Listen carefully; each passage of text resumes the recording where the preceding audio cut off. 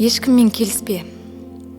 Ньютонмен де, Эйнштейнмен де, Спиноза да қателескен.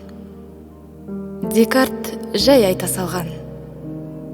Менің кеңістігім сенің жүрегің, сенің уақытың менің өмірім.